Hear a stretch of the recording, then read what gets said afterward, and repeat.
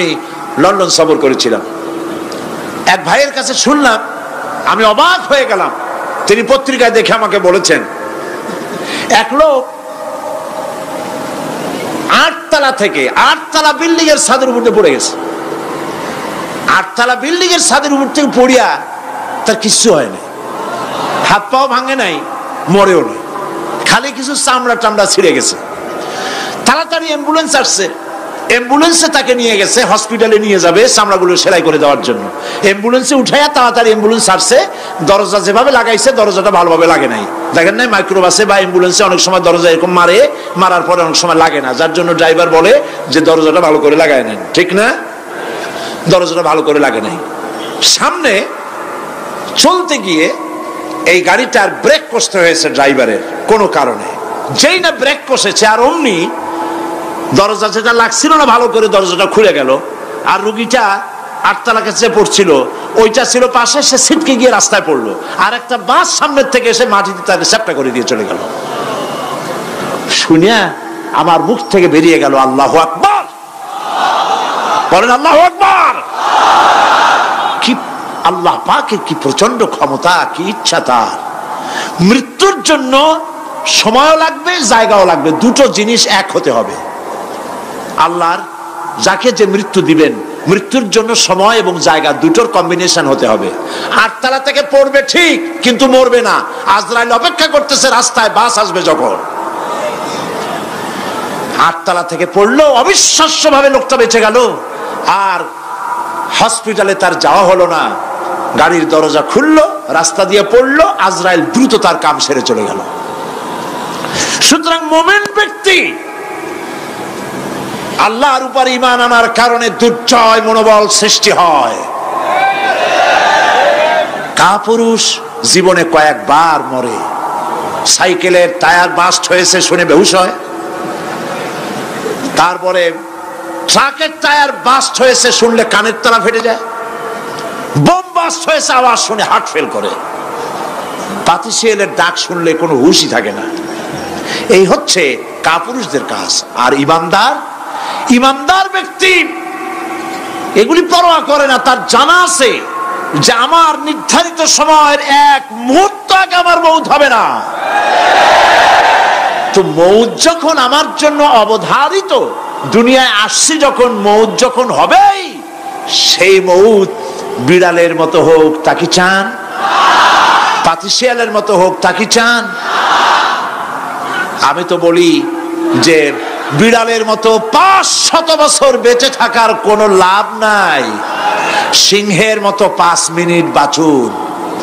মির্জাফরের মতো 50 বছর বেঁচে থাকায় লাভ নাই। খালিদ বিন ওলীদের মতো, সিরাজউদ্দৌলার মতো বেঁচে থাকুন।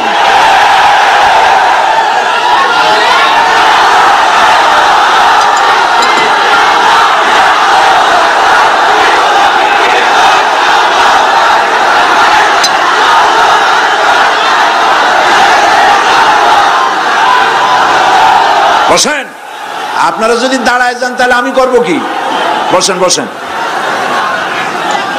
সেই জন্য এই ক্ষণস্থায়ী জীবনকে কেন সেই অনন্ত সুখময় জীবনের জন্য উৎসর্গ করে দেব না, যা আল্লাহর কাছে পাওয়া যাবে কিয়ামতের দিন। দেখেন, মৃত্যু হওয়া উচিত মুসলমানদের, শাহাদাতের মৌত হওয়া উচিত। কি মৌত হওয়া উচিত?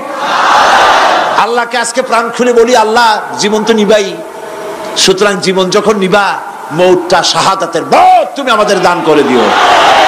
কাপুরুষের মতো মরতে চাই না, শাহাদাতের মৌত চাই। সুবহানাল্লাহ বলেন, আমিন বলেন। মুমিন ব্যক্তি তার বড় ফায়দা, সে সাহসী হয়। সুবহানাল্লাহ বলেন। দেখেন, বুখারী শরীফের হাদিস,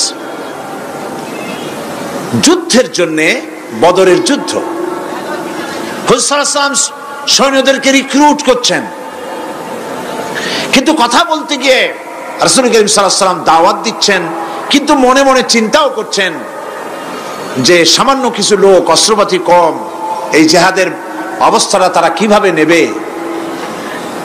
একজন যুবক সাহাবী দাঁড়ায় গেলেন, তার নাম মিকদাদ রাদিয়াল্লাহু তাআলা আনহু। যুবক, এই পৃথিবীতে যুবকদের ইসলামের সবচাইতে অবদান কাদের?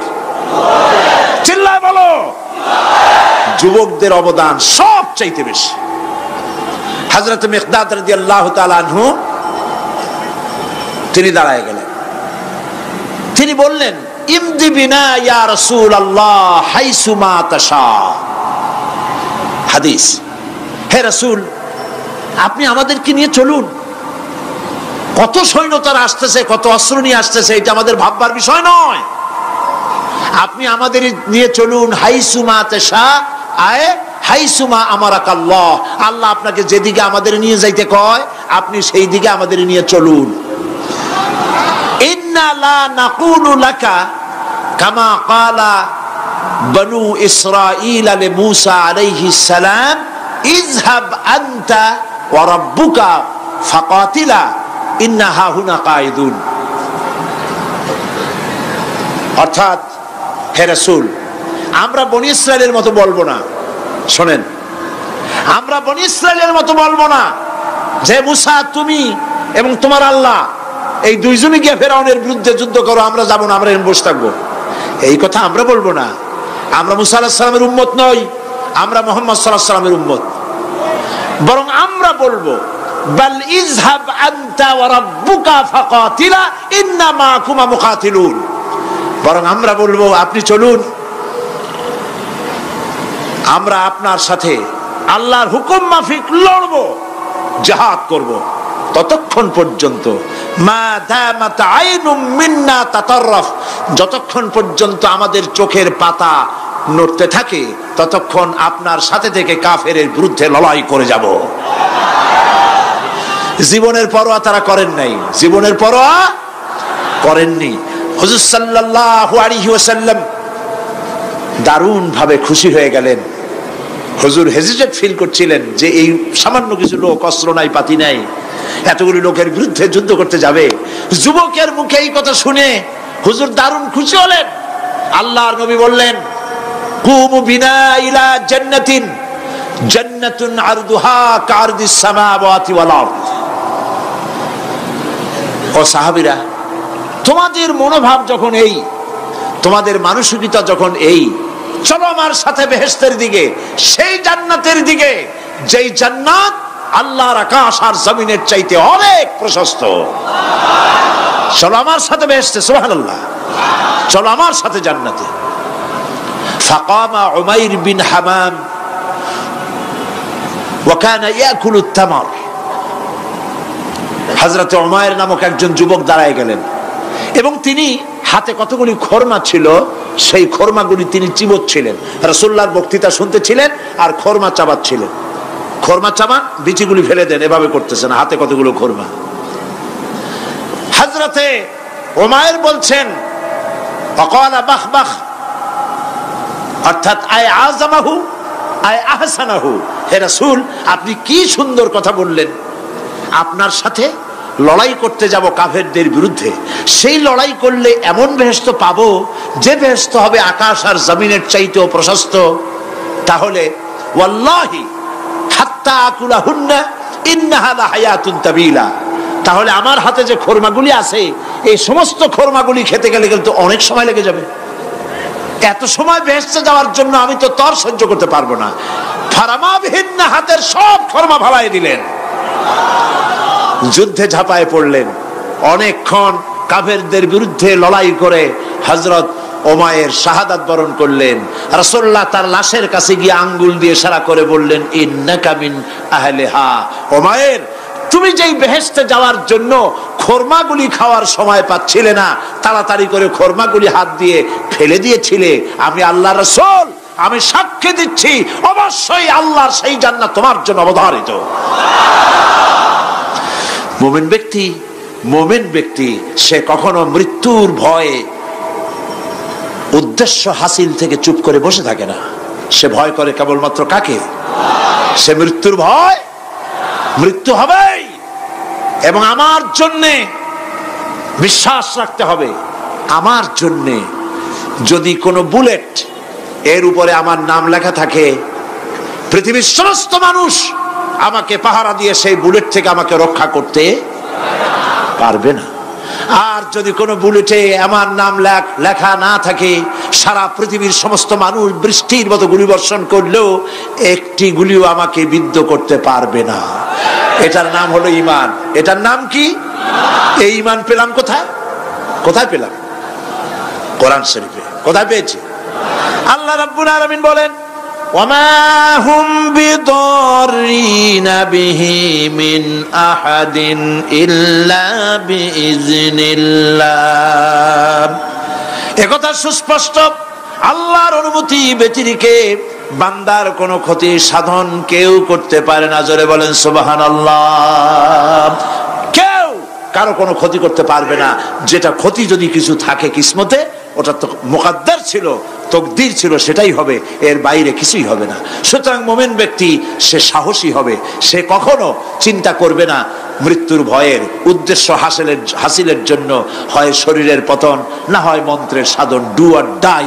সে আল্লাহর জন্য তার জীবন দিতে প্রস্তুত থাকবে। কারণ আল্লাহ রাব্বুল আলামিন বলেছেন, ইন্নাল্লাহা আশতারা মিনাল মুমিনিনা আনফুসাহুম ওয়া আমওয়ালাহুম বিআন্না লাহুমুল জান্নাহ।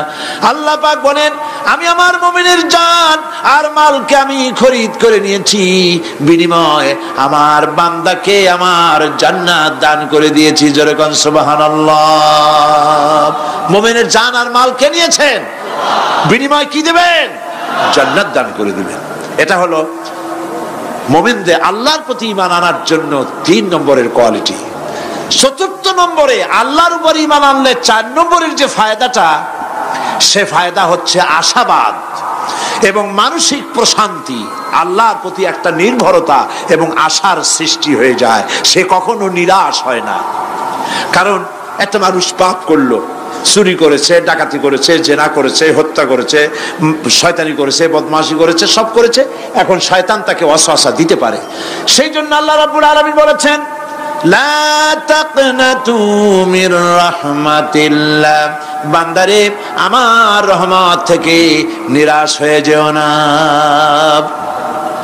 আল্লাহর রহমত, বান্দা তোমার গুনাহ কতটুকু?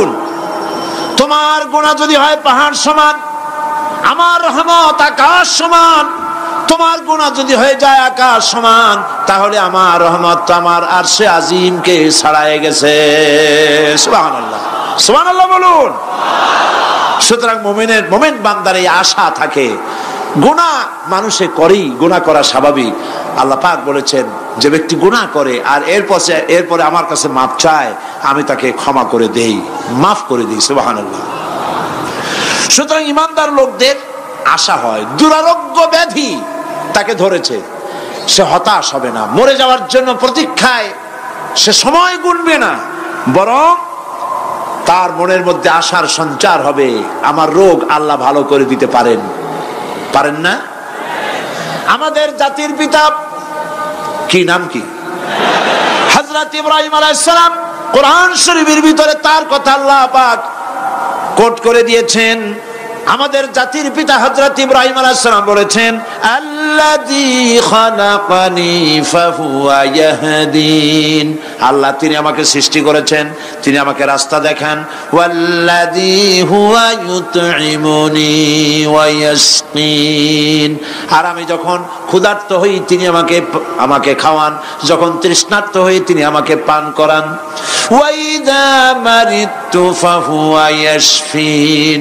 আর যখন আমি অসুস্থ হই, রোগাক্রান্ত হই, আল্লাহ রাব্বুল আলামিন তখন আমাকে রোগ মুক্ত করে দেন। সুবহানাল্লাহ। আমার অসুখ হলে কে রোগ মুক্ত করেন?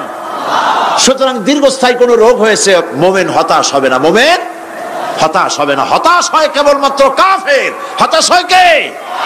মুমিন কখনো হতাশ হয় না। হতাশ হওয়া ইমানের পরিপন্থী কাজ। আল্লাহ পাক বলেছেন, লা তাকনাতু মির রাহমাতিল্লাহ, আমার রহমত থেকে মায়ুস হয়ো না। দেখেন হযরত আইয়ুব আলাইহিস সালাম কত বড় রোগ হয়েছে, শরীর পোকায় ধরেছে, জর্জরিত হয়েছে, দুর্গন্ধ হয়েছে, গ্রামের লোকেরা তাকে বের করে দিয়েছে, স্ত্রী পুত্র পরিজন সব চলে গিয়েছে।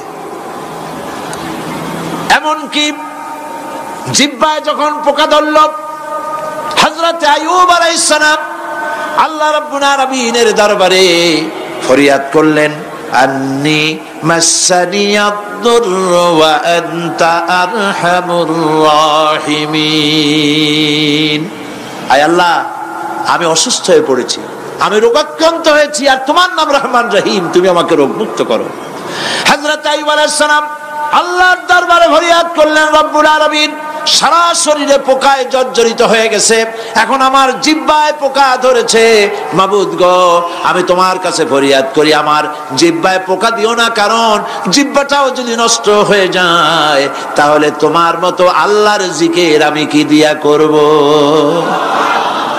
হযরত আইয়ুব আলাইহিস সালাম আল্লাহ পাকের কাছে যখন এ ধরনের ফরিয়াদ জানালেন, রব্বুল আলামিন তাকে তার রোগ মুক্ত করে দিলেন, তার স্ত্রী পুত্র সব আল্লাহ রব্বুল আলামিন ফিরাইয়া দিলেন। সুবহানাল্লাহ।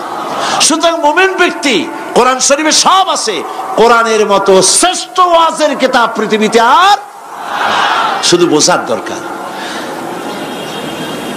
বিপদে, যত বড় বিপদ আসুক, কোন বিপদে মুমিন ধৈর্য হারাবে না। হযরত ইয়াকুব আলাইহিস সালামের ছেলে ইউসুফ আলাইহিস সালামকে যখন তিনি হারায় ফেললেন, তিনি অধৈর্য হয়ে গেছিলেন নাকি? অধৈর্য হন নাই। কারণ আমি আমার বক্তৃতার সূচনায় বলেছি, আমরা কল্যাণ বুঝি না, অকল্যাণও বুঝি না। কোন বিপদ আসলে পরে আমরা হয়রান হয়ে যাই, কিন্তু বিপদের মধ্যে কল্যাণ আছে আমরা তা বুঝতে পারি না। কথা বুঝে আসছে? হযরত ইউসুফ আলাইহিস সালামকে কুয়ার ভিতরে ফেলে দেওয়া হলো। 11 ভাই মনে করেছে কুয়ার ভিতরে ফেলে দিয়া ইউসুফ আলাইহিস সালামকে মেরে ফেললাম, কিন্তু তারা বোঝে নাই আসল কামটা কি হয়েছে। এটা তো কুয়া নয়, এটা একটা টানেল, এটা একটা সুড়ঙ্গ। একদিকে কেনান হলো তার এক মুখ, ওই সুড়ঙ্গের এক মুখ হলো কেনানের। কেনান ইউসুফ আলাইহিস সালামকে ফেলে দেওয়া হলো কুয়ার ভিতরে মারার জন্যে, কিন্তু আল্লাহ পাকের ইচ্ছা ইউসুফ আলাইহিস সালাম মরবে না। এই টানেলের অপর প্রান্ত মিশরের সিংহাসনের টানেলের এপার দিয়া ইউসুফ আলাইহিস সালামকে ঢুকালেন, অপর প্রান্তে মিশরের সিংহাসনে ইউসুফকে আল্লাহ বসায়া দিলেন। হযরত ইয়াকুব ছেলের জন্য অধৈর্য হলেন না। যখন তিনি খবর পেলেন ছেলে বাঘে খেয়ে ফেলেছে, তিনি তখন বলেছেন, ফাসাবুরুন জামিলুন আসাল্লাহু আইয়াতিয়ানি বিহিম জামিআ ইন্নাহু হুয়াল আলিমুল হাকীম। ফাসাবরুন জামিল, আমি উত্তম ভাবে ধৈর্য ধারণ করলাম, এবং আমি বিশ্বাস করি আল্লাহ রাব্বুল আলামিন আমার হারানো সবকিছু আমাকে ফিরাই দিবেন।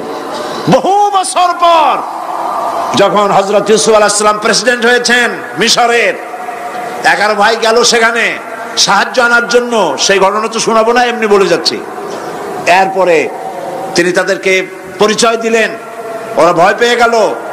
তিনি বললেন, ভয়ের কোনো কারণ নাই, লা তাসরিবা আলাইকুমুল ইয়াউম, আজকে আমি কোনো প্রতিশোধ তোমাদের নেব না। সুবহানাল্লাহ। এর নাম পয়গম্বর, এর নাম কি? আল্লাহর নবী। আমি আজকে কোনো প্রতিশোধ তোমাদের নেব না, তোমরা যাও। পিতার অবস্থা তিনি জানলেন, কাঁদতে কাঁদতে পিতার চোখ দুটো নষ্ট হয়ে গেছে ইয়াকুব আলাইহিস সালাম। হযরত ইউসুফ আলাইহিস সালাম বললেন, যাও। নিজের জামাটা খুললেন, গায়ের জামা খুলে বললেন, ভাইরা আমার, এই জামা নিয়ে যাও, আর আমার আব্বার চোখের উপরে এই জামাটা রেখে দিও। ছেলেরা যখন হযরত ইউসুফ আলাইহিস সালামের জামা নিয়ে মিশর থেকে রওনা করেছে, গল্প নয়, উপন্যাস নয়, আল্লাহ পাক এই কোরআন শরীফে সূরা ইউসুফে বলেছেন, জামা নিয়ে মিশর থেকে রওনা করেছেন। কোথায় মিশর আর কোথায় কেনান? কেনানে বসে হযরত ইয়াকুব আলাইহিস সালাম বলছেন, তোমরা যদি আমাকে মতিভ্রম পাগল যদি মনে না করো, তাহলে একটা কথা বলি, আমার নাকে এখন আমি ইউসুফের গন্ধ পেতেছি। তোমরা যদি আমাকে মতিভ্রম না করো, তাহলে আমি বলি, আমি কিন্তু ইউসুফের গন্ধ পেতেছি। সুবহানাল্লাহ। হযরত ইউসুফ আলাইহিস সালামের জামা এনে ভাইরা যখন হযরত ইউসুফের চোখের উপরে রেখে দিলেন, হযরত ইয়াকুবের দুটো চোখ সাথে সাথে আল্লাহ ভালো করে দিলেন। ফাসাবরুন জামিল, ধৈর্য ধরো। ইমানদার ব্যক্তি আশার উপরে তার জীবন বাঁচে, কারণ যত বড় বিপদ আসুক না কেন, আশ্রয় পাওয়ার একটা জায়গা আছে, তার নাম হলো আল্লাহ। নাম কি? বলেন আল্লাহ।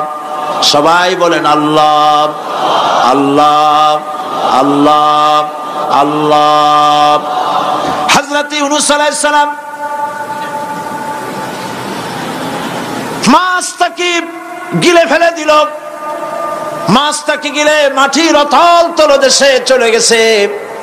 এত বড় বিপদ পৃথিবীর কোন মানুষের হতে পারে নাকি? বলেন, কি বলেন? মাছের পেটের ভিতরে জানালা নাই, দরজা নাই, বেরোবার কোনো পথ নাই, মাছ গেছে পানির অতল তলদেশ। আল্লাহ পাক কোরআন শরীফের ভিতরে মানুষকে শোনান, আল্লাহ ওয়াজ করছেন, সুবহানাল্লাহ বলেন। আল্লাহ পৃথিবীর মানুষকে ওয়াজ করছেন, দুনিয়ার মানুষকে শোনান। আমার ইউনূস তো ধৈর্য হারা হয় নাই। ওয়াজান্নুন ইয যাহাবা মুগাদিবান ফাযান্না আন লান নাকদিরা আলাইহি ফানাদা ফিয-যুলুমাতি আন লা ইলাহা ইল্লা আনতা সুবহানাকা ইন্নী কুনতু মিনাজ জালিমিন। ফানাদা ফিয-যুলুমাত, জমায়ে কাসির, ত্রিবিধ অন্ধকারের ভেতর থেকে হযরত ইউনূস আলাইহিস সালাম চিৎকার মারলেন। মাছের পেটের অন্ধকার, পানির অন্ধকার, রাতের অন্ধকার, ত্রিবিধ অন্ধকারের ভেতর দিয়ে মাছের পেটের মধ্য দিয়ে ইউনূস আলাইহিস সালাম চিৎকার মারলেন। অধৈর্য হন নাই, হার্ট ফেল করেন নাই। তিনি বলছেন, পড়েন আমার সাথে, লা ইলাহা ইল্লা আনতা সুবহানাকা ইন্নী কুনতু মিনাজ জালিমিন। তুমি ছাড়া কোনো ইলাহ নাই, কোনো উপাস্য নাই, মাবুদ নাই, তোমার পবিত্রতা ঘোষণা করছি, আমি জালিমদের অন্তর্ভুক্ত হয়ে গেছি। ইউনূস আলাইহিস সালাম যখন কাঁদতেছিলেন, আল্লাহ রাব্বুল আলামিন সেই কান্না শুনেছিলেন কিনা? বলেন, শুনছিলেন কিনা? শুনতে পেয়েছিলেন কিনা? পানির ভিতরে কেউ শোনে নাই, মাছের পেটের ভিতরে ইউনূস আলাইহিস সালাম কিভাবে চিৎকার করছেন, মাছের পেটের ভিতরের আওয়াজ পানির ভিতরে কেউ শোনে নাই, জমিনের কেউ শোনে নাই, অন্তরিক্ষে কেউ শোনে নাই, সাত আকাশের ভিতরে কেউ শোনে নাই, কিন্তু আরশে আজিমের মালিক আল্লাহ রব্বুল আলামিন শুনতে পেয়েছেন। সঙ্গে সঙ্গে রব্বুল আলামিন জবাব দিলেন, ফাস্তাজাবনা লাহু ওয়া নাজ্জাইনাহু মিনাল গাম্মি ওয়া কাযালিকা নুনজিল মুমিনিন। পড়েন, ফাস্তাজাবনা লাহু ওয়া নাজ্জাইনাহু মিনাল গাম্মি ওয়া কাযালিকা নুনজিল মুমিনিন। আমি ইউনূসের ডাকের জবাব দিলাম। কে বলতেছেন? বড় করে বলেন, কে বলছেন? আল্লাহ, সুবহানাল্লাহ। আপনারা কি ভয় পাইছেন? ভয় পেয়েছো মুসলমান? আল্লাহ রাব্বুল আলামিন বলেন, আমি আমার ইউনূসের ডাকের জবাব দিলাম। শুধু জবাব দেই নাই, আমি ইউনূসকে তার মাছের পেটের ভিতর থেকে বাঁচায় দিলাম। মাছের পেটের মধ্যে বেদনা শুরু হয়ে গেল, এমন বেদনা হয়েছে মাছ এখন বমি না করে পারে না। কথা বুঝতে পেরেছ? মাছ এখন বমি না করে পারে না। পানির উপরে মাছ ভেসে উঠল। আল্লাহ কোরআন শরীফের ভিতরে বলছেন, মাছ সাতরায়া কিনারায় চলে গেল, ইউনূস আলাইহিস সালামকে বমি করে ফেলে দিল। ইউনূস আলাইহিস সালাম বেঁচে গেলেন। আল্লাহ পাক বলেন, শুধু ইউনূসকে বাঁচাইলাম না, বরং আমি সকলের জন্য আশার বাণী শোনাই, শোনো মুমিনেরা, ওয়া কাযালিকা নুনজিল মুমিনিন। মুমিন বান্দা যারা, যত বড় বিপদ আসুক আমারে ডাকো, আমি বিপদ দিয়ে বাঁচাই দেব। সুবহানাল্লাহ, বিপদ থেকে আমি বাঁচাই দেব। আল্লাহ পাক বলেছেন, ফাইন্না মাআল উসরি ইউসরান, ইন্না মাআল উসরি ইউসরা। জেনে রাখো, দুঃখ এবং কষ্টের পরে রয়েছে সুযোগ সুবিধা। আর অসচ্ছলতার সাথে রয়েছে উদার সচ্ছলতা। যত বড় বিপদ আসছে, এই বিপদের পরে আল্লাহ পাক তার গোলামদের উপরে রহমত নাজিল করবেন ইনশাআল্লাহ। সুতরাং ঈমানদার লোকেরা, তাদেরকে আল্লাহ পাক বলছেন কোনো ভয় নাই, কোনো চিন্তা নাই, যত বড় বিপদে পড়ো আমারে ডাকো, আমি ডাকের সাড়া দিয়ে দেব। সবাই আল্লাহরে ডাকেন, সুবহানাল্লাহ ওয়ালহামদুলিল্লাহ লা ইলাহা ইল্লাল্লাহ। জোরে পড়েন সুবহানাল্লাহ ওয়ালহামদুলিল্লাহ লা ইলাহা ইল্লাল্লাহ, সুবহানাল্লাহ ওয়ালহামদুলিল্লাহ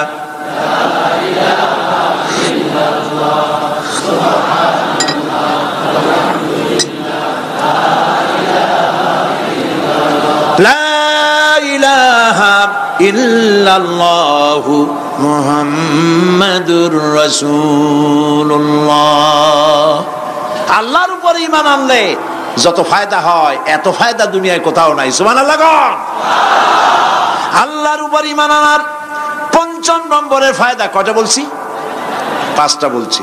আপনাদের অসুবিধা হচ্ছে নাকি? তাড়াতাড়ি শেষ করতেছে। 6টা বলবো। এ হলো ৫ম নম্বর। তারপর আমরা দোয়া করব। দোয়ার দরকার আছে কিনা এই সময়? ৫ম নম্বরে আল্লাহর উপরে ঈমান আনলে পরে আরেকটি বড় ফায়দা, সেটা হলো কঠিন এবং কঠোর বিপদে আল্লাহ পাক তার মধ্যে অবিচলতার এবং ধৈর্য ধরার তৌফিক দিয়ে দেন। সুবহানাল্লাহ। যত বড় বিপদ আসুক, সেই বিপদে মুসিবতে আল্লাহ পাক মুমিনদেরকে আল্লাহর উপরে নির্ভরতা শিখায় দেন। সুবহানাল্লাহ। কারণ মুমিনদের জানা আছে যে ঈমানদারদের বিপদ নতুন কিছু নয়, একেবারে আদম আলাইহিস সালাম থেকে শুরু হয়ে আসছে। ঠিক কিনা? আদম আলাইহিস সালামের বিপদ হয় নাই? আদম আলাইহিস সালামের বিপদ কি? শয়তান। তার বিপদ কি? শয়তান ছিল বিপদ। প্রত্যেক নবীর সময় মানুষেরা নবীদের কষ্ট দিছে, দেয় নাই? বিশ্বকবি ইকবাল বলেছেন, সতীজা কা রহা হ্যায় अज़ल से ताइम रोज, सतीजा का रहा है अज़ल से ताइम रोज, चरागे मुस्तफा भी से शरारे बुलहबीस। আবহমান কাল থেকে শুরু করে মুহাম্মদ সাল্লাল্লাহু আলাইহি ওয়াসাল্লামের চারাগকে, নূরকে, ঈমানকে, ইসলামকে নিভায় দেওয়ার জন্য আবু জাহেলের গোষ্ঠীরা চিরকাল চেষ্টা করেছে। সব চেষ্টা কর্পূরের মতো উড়ে গেছে, মুহাম্মদ সাল্লাল্লাহু আলাইহি ওয়াসাল্লামের চারাগ টিম টিম করে জ্বলতে রয়েছে। আল্লাহ পাক বলছেন, ইউরিদুনা লিইউতফিউ নূরাল্লাহি বিআফওয়াহিহিম ওয়াল্লাহু মুতিম্মু নূরিহি ওয়ালাউ কারিহাল কাফিরুন। ওরা চায় মুখের ফু দিয়া, কারা? কাফেরেরা। ইসলাম সহ্য করতে পারে না যারা, ওরা চায় মুখের ফু দিয়া আমার আলোটাকে নির্বাপিত করে দেবে। আল্লাহ পাক বলেন, ওয়াল্লাহু মুতিম্মু নূরি, আমি আমার নূরকে পূর্ণতা দান করব, তাতে কাফির বেঈমানদের মনের ভিতরে যত জ্বালা হোক, যন্ত্রণা হোক, ওদের কলজা যত পুড়ুক, ইসলাম তার বিজয় পতাকা নিয়ে উঠবে, কেউ ঠেকাতে পারবে না। আল্লাহ রাব্বুল আলামিন, আল্লাহ পাক বলছেন, ওয়াকাযালিকা জাআলনা লিকুল্লি নাবিয়্যিন আদুওয়াম মিনাল মুজরিমিন। আর এমনি করে আমি সকল নবীর শত্রু বানিয়েছি সব পাপিষ্ঠ অপরাধ প্রবণ লোকদের। শুনছেন কথা? শোনেন নাই?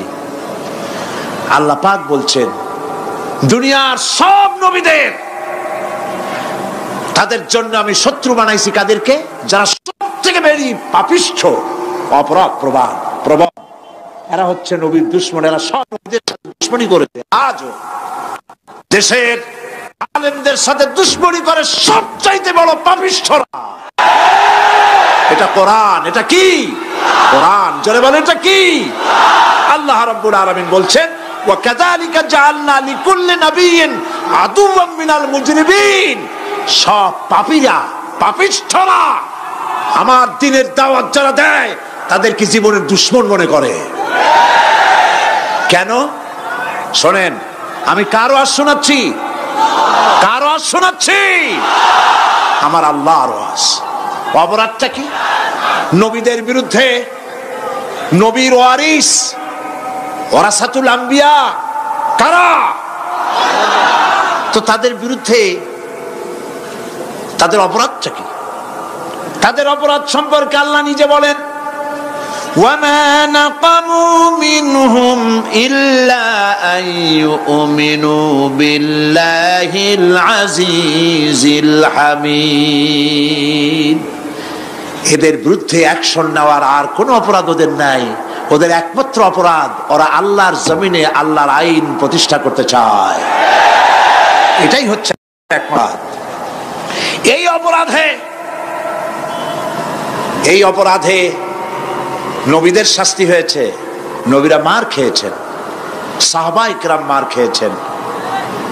আমরা তো সাহাবায়ে কেরামের জুতার ধুলার সমানও নই। সুতরাং এগুলি আমাদের পাওনা। এই রক্তের বিনিময়, জীবনের বিনিময় আল্লাহ পাক তার দ্বীনকে প্রতিষ্ঠা করবেন ইনশাআল্লাহ। হযরতে খাব্বাব, বুখারী শুনুন, বুখারীর হাদিস। আমি কোনো কথা বানিয়ে বলি না। আমি লেখাপড়া করি, পড়াশোনা করি, চোখে দেখি, তারপরে কথা বলার চেষ্টা করি। বাজে গপ্প কিস্সা কাহিনী বলার অভ্যাস আমার কোনো কালে ছিল না, নাই। রাসূল করিম সাল্লাল্লাহু আলাইহি ওয়াসাল্লামের মতো মানুষ, ওনার মতো মানুষ, আহারে, তার চাইতে শ্রেষ্ঠ মানুষ কি পৃথিবীতে আছে? তিনি মার খাইছেন না খান নাই? আহা, কিভাবে তাকে মারলো! গলায় চাদর দিয়ে পেঁচাইয়া আছাড় মেরে ফেলে দিয়ে তারপরে তাকে প্রহার করা হয়েছে। আবু জাহেল মেরেছে, বেহুশ হয়ে গেছেন হুজুর। হযরত হামজা তখনও কাফের ছিলেন। শিকার থেকে ফিরে এসে মুহাম্মদ সাল্লাল্লাহু আলাইহি ওয়াসাল্লামের অবস্থা দেখে পায়ের রক্ত মাথায় উঠে গেছে। আপন ভাইয়ের ছেলে, আর এমন ছেলে। চলে গেলেন আবু জাহেলের বাড়ি, বললেন আবু জাহেল, তুই নাকি মুহাম্মদ সাল্লাল্লাহু আলাইহি ওয়াসাল্লাম মারছিস, কেন মারলি? তিনি তো ভালো কথাই বলেন, সব সময় বলেন সত্য কথা বলো, মানুষের উপকার করো, এতিমকে আশ্রয় দাও। এত সুন্দর সুন্দর ভালো ভালো কথা বলেন, তার মতো ভালো মানুষ তো দুনিয়ায় দেখি নেই। মারলি কেন? তুই কি মনে করছিস যে আব্দুল্লাহ মারা গেছে বলে এতিম হয়ে গেছে মুহাম্মদ সাল্লাল্লাহু আলাইহি ওয়াসাল্লাম? তোর মনে রাখা উচিত আব্দুল্লাহ মারা গেছে, হামজা মরে নাই। হযরত হামজা ধনুক বাইর করলেন, এক বাড়ি মারলেন মাথার উপরে, মাথা ফাটা রক্ত বেরিয়ে গেল। হামজা হন হন করে হেঁটে এলেন রাসূলের কাছে। হুজুরের অসুস্থ দেহ মোবারক কোলে উঠায় নিয়ে বললেন, বাবা, তার মস্তক মোবারক কোলে উঠায় নিয়ে বললেন, আমি আবু জাহেলের মাথা ফাটিয়ে রক্ত বের করে দিয়ে এসেছি, তুমি একটু খুশি হও। হুজুর বললেন, চাচা, কার মাথা ফাটাইছেন, কার রক্ত বের করেছেন, এই কথা বলে তো আমাকে আপনি খুশি করতে পারবেন না। তিনি বললেন, বাবা, তুমি কি হলে খুশি হও? তিনি বললেন, আমি খুশি হই চাচা, তোমার মুখে যদি একটা বার আমি ঈমানের কলেমা শুনতে পাই। হযরতে হামজা বললেন, মুহাম্মদ সাল্লাল্লাহু আলাইহি ওয়াসাল্লাম, আমার বুঝতে মোটেও কষ্ট হয়নি, তুমি কোনো সাধারণ মানুষ নও। সাধারণ মানুষের প্রতিশোধে তুমি বিশ্বাসী হতে, খুশি হতে, প্রতিশোধে বিশ্বাসী হওনি। তুমি অবশ্যই আল্লাহর নবী। আমি আল্লাহকে সাক্ষী রেখে, আমি তোমাকে সাক্ষী রেখে ঈমানের কালেমা ঘোষণা করছি, লা ইলাহা ইল্লাল্লাহু মুহাম্মাদুর রাসূলুল্লাহ। ভাইরা আমার, আল্লাহর দ্বীন প্রতিষ্ঠার জন্য আমার নবীদেরকে কষ্ট করতে হয়েছে, সাহাবায়ে কেরামদেরকে কষ্ট করতে হয়েছে, আল্লাহর ওলিদেরকে। ইমাম আবু হানিফা রাহমাতুল্লাহ আলাইহিকে 8 বছর জেলের মধ্যে রাখা হয়েছিল। ইমাম আহমদ বিন হাম্বলকে চাবুক মেরে মেরে গায়ের গোশত আর চামড়া তুলে ফেলে দেওয়া হয়েছিল। তারপরেও তারা বাতিলের সামনে মাথা নত করে নাই। এর নাম হচ্ছে ইসলাম। এর নাম কি? বুখারীর হাদিস, হযরত খাব্বাব বিন আরিত রাদিয়াল্লাহু তাআলা আনহু, বুখারীতে হাদিসটা এভাবে এসেছে, ওয়ান খাব্বাব বিন আরিত রাদিয়াল্লাহু তাআলা আনহু আন্নাহু قال قال شكونا الى رسول الله صلى الله عليه وسلم وهو متوسد بردة له في ظل الكعبة। তিনি বললেন, আমরা রাসূলের কাছে গেলাম, যায় দেখি রাসূল কারীম সাল্লাল্লাহু আলাইহি ওয়াসাল্লাম কাবা শরীফের ছায়ায় আরাম ফরমাচ্ছেন। আমরা কাছে গিয়ে বললাম, আলা তাস্তানসিরু লানা আলা তাদউ লানা ইয়া রাসূলুল্লাহ, হে রাসূল আপনি কি আমাদের জন্য দোয়া করবেন না? আমরা তো মার খেতে খেতে শেষ হয়ে গেলাম, আমাদের খাব্বাবকে, খুবাইবকে, আম্মারকে, সুমাইয়াকে মেরে শেষ করে দিল। ওরা আমাদেরকে না খাওয়ায় রাখে, সারা রাত খেতে দেয় না, ঘুমাতে দেয় না। তারা আমাদের বেলালকে মেরে মেরে রক্তাক্ত করে উত্তপ্ত মরুভূমির উপরে চিৎ করে শোয়ায়, বুকের উপরে পাথর চাপা দিয়ে রেখেছে। ওরা সাহাবায়ে কেরামদেরকে মারতেছে, না খাওয়ায় রাখতেছে। হুজুর আপনি কি আল্লাহর কাছে দোয়া করবেন না? এখনো কি দোয়ার সময় আসে নাই? হাদিস শরীফ এসেছে, হুজুর সাল্লাল্লাহু আলাইহি ওয়াসাল্লাম উঠে বসলেন, বললেন, ও খাব্বাব, তোমাদের আগে এই পৃথিবীতে যারা দ্বীনের দাওয়াত নিয়ে এসেছিলেন, সমকালীন রাষ্ট্র শক্তি তাদেরকে ধরত, ফায়ুহাজুর রাজুলু ফায়ুহফারু লাহু ফিল আরদ, তাদেরকে ধরে তাদের জন্য কবর খনন করা হতো জীবিত মানুষের জন্য। ফায়ুজআলু ফিহা, এরপরে সেই গর্তের ভিতরে তার কোমর পর্যন্ত গেড়ে দেওয়া হতো। সুম্মা ইউতা বিল মানশার, এরপরে করাত আনা হতো। ফায়ুদাউ আলা রাসিহি, এরপরে সেই করাত তার মাথার উপরে রাখা হতো। ফায়ুজআলু নিসফাইন, করাত দিয়া ঘষে ঘষে চিরে চিরে জীবিত মানুষকে দ্বিখণ্ডিত করে ফেলে দেওয়া হতো। মা ইয়াসুদ্দুহু যালিকা আন দীনিহি, এত কষ্ট দেওয়ার পরেও আল্লাহর গোলামদেরকে এক চুল জায়গা দিন থেকে সরায় দেওয়া যায় নাই। ওয়াল্লাহি ওয়াল্লাহি, ও খাব্বাব আমি আল্লাহর নামে কসম করি, লাইউতাম্মান্নাল্লাহু হাদাল আমরা হাত্তা ইয়াসিরু রাকিবু মিন সানআ ইলা হাদরামাউত, আমি আমার আল্লাহর নামে কসম করি। কে কসম করছেন? সুবহানাল্লাহ বলবেন না? রাসূলুল্লাহ কসম করছেন, আমি কসম করি আল্লাহর, সেদিন বেশি দূরে নয়, যেদিন ইয়েমেনের রাজধানী সানা থেকে শুরু করে হাজরামাউত পর্যন্ত হাজার হাজার মাইল সওদাগরেরা তাদের পণ্য নিয়ে, মহিলারা তাদের সৌন্দর্যের পসরা নিয়ে একাকিনী অথবা দলবদ্ধভাবে যাতায়াত করবে মরুভূমির উপর দিয়ে। লা ইয়াখাফু ইল্লাল্লাহ, আল্লাহ ছাড়া তাদের অন্তঃকরণে কোনো ভয় থাকবে না। ওয়ালাকিন্নাকুম তাস্তাজিলুন, তোমরা বড্ড তাড়াহুড়ো করছো, অপেক্ষা করো, সেরকম সময় আসবে। রাসূল করিম সাল্লাল্লাহু আলাইহি সাল্লাম সেরকমের সময় দিতে পেরেছিলেন নাকি পারেন নাই? পেরেছিলেন কিনা? সেজন্য রক্ত দিতে হয়েছে, সেজন্য মার খেতে হয়েছে, সেজন্য জেলে যেতে হয়েছে। রাসূল করিম সাল্লাল্লাহু আলাইহি সাল্লামকে, জেল তো নতুন কিছু নয়। ইউসুফ আলাইহিস সালাম জেলে থাকেন নাই? জেলে থাকেন নাই? থেকেছে। রাসূল করিম সাল্লাল্লাহু আলাইহি সাল্লাম জেলে ছিলেন না? সেই জেল এরকমের দেওয়ালে ঘেরা জেল নয়, পাহাড়ে ঘেরা, চতুর্দিক থেকে পাহাড়ে ঘেরা শিয়াবে আবি তালেব 3 বছর। কতদিন? টানা 3 বছর রাসূল, তার সাহাবী, তাদের স্ত্রীরা, বাচ্চা বাচ্চা ছেলেপেলেরা 3 বছরের মধ্যে সরকার ঘোষণা করেছে এদের সঙ্গে কথা বলবে না, বাজার ঘাটে যেতে পারবে না, কেনা বেচা করতে পারবে না, সামাজিক বয়কট, সামাজিকভাবে বয়কট করে রেখেছে। সাথে যা ছিল খাবারগুলি শেষ হয়ে গেছে, তারপরে উট ছিল, ভেড়া ছিল, খাইয়ে শেষ হয়ে গেছে। এরপরে যখন কিছু নাই, উটের চামড়া ভিজায়া ভিজাইয়া, শুকনা চামড়া ভিজায় খেয়েছে। যুবকেরা ক্ষুধার যন্ত্রণায় বাবলা গাছের পাতাগুলি চাবায়ে খাইতে গিয়া কাটা ফুটে জিহ্বা থেকে রক্ত পড়েছে। বাচ্চা ছেলেপেলেগুলি মায়ের বুকে দুধ পায় নাই, না পায়া বাচ্চারা চিৎকার করে উঠেছে। এই চিৎকার, ক্ষুধার জ্বালার এই চিৎকারের আওয়াজ শুনে কাফেরেরা চতুর্দিকে অট্ট হাসিতে ফেটে পড়েছে। সুতরাং জেল জুলুম মুসলমানদের জন্য, আলেমদের জন্য, পীর বুজুর্গদের জন্য নতুন কিছু নয়। এই জুলম, এই অত্যাচারের পরেই আল্লাহ পাকের দ্বীন কায়েম হয়েছিল মদিনায়। রাসূলুল্লাহ বলেছিলেন খায়রুল কুরুনি কারনি, সর্বশ্রেষ্ঠ যুগ আমার যুগ। বন্ধুগণ, আল্লাহর উপর ঈমান আনলে মানুষের ভিতরে এ ধরনের অবিচলতা আসে, বিপদে ধৈর্য ধরার হিম্মত পয়দা হয়ে যায়। সুবহানাল্লাহ বলো।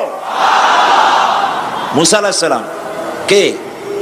মুসা আলাইহিস সালাম কোরআন ওয়াজ করতেছে। সুবহানাল্লাহ বলে।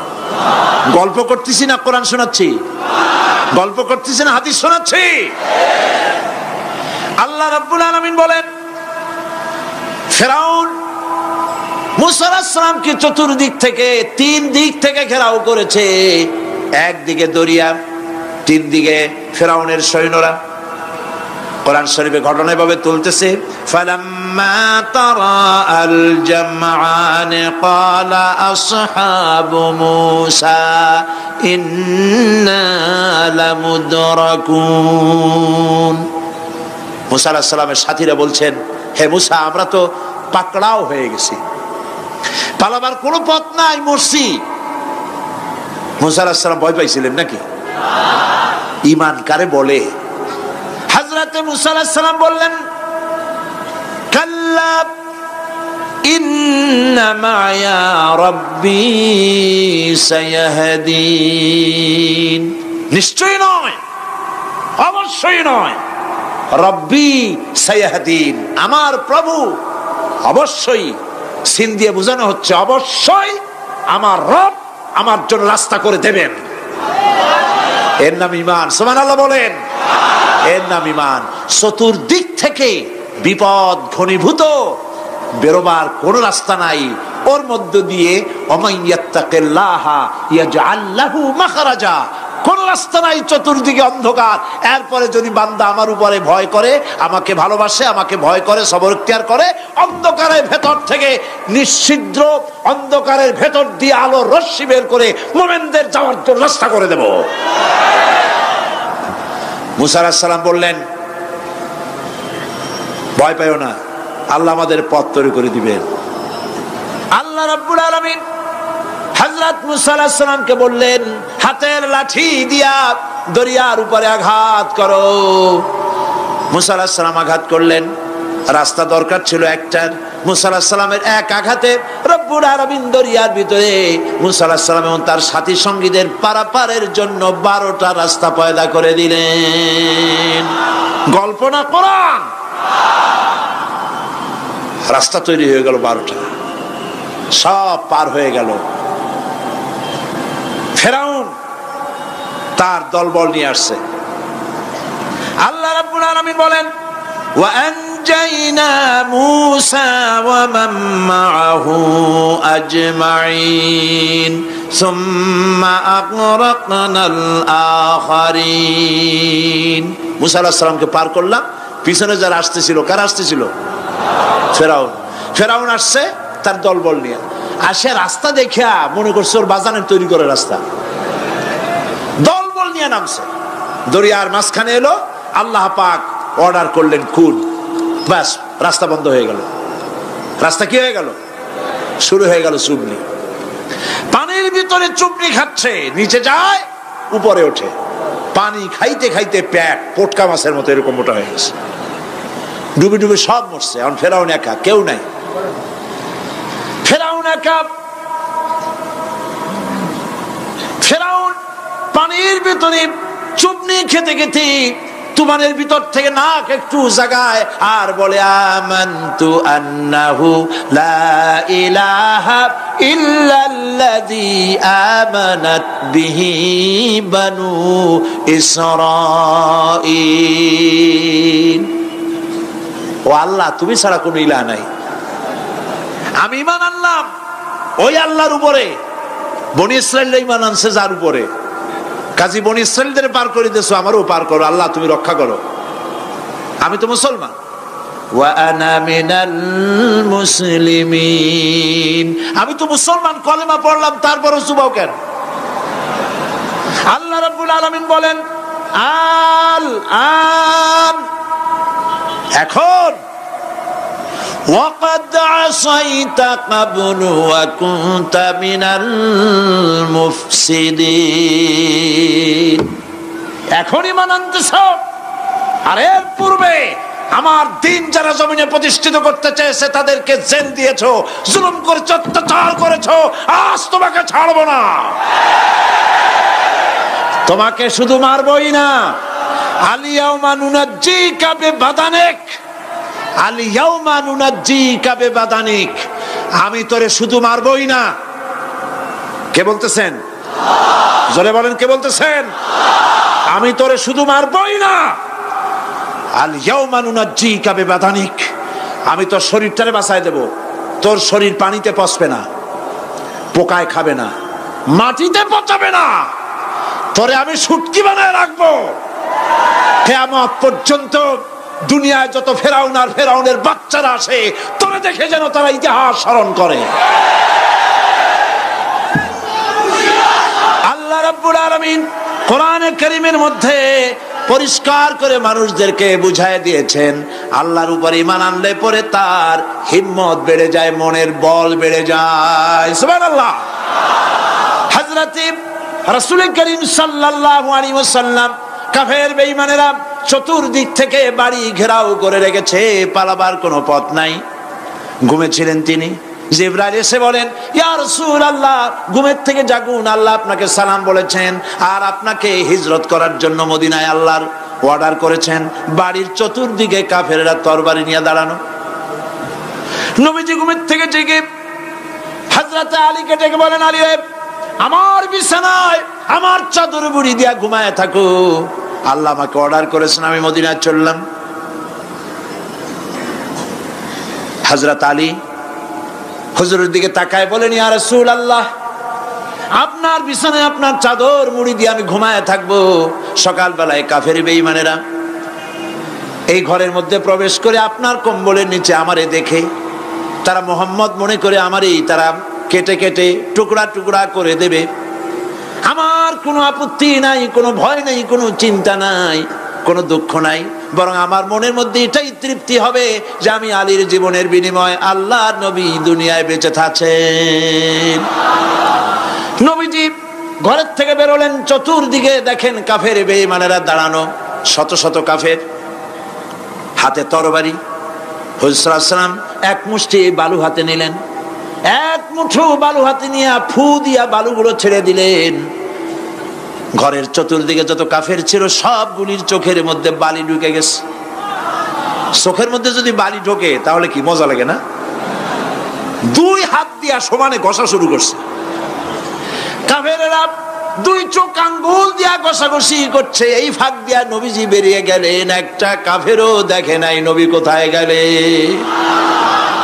আল্লাহ পাক পরবর্তী সময় নবীজিকে শোনায় দিলেন, ওয়ামা রামাইতা ইয রামাইতা ওয়ালাকিন্নাল্লাহা রামা।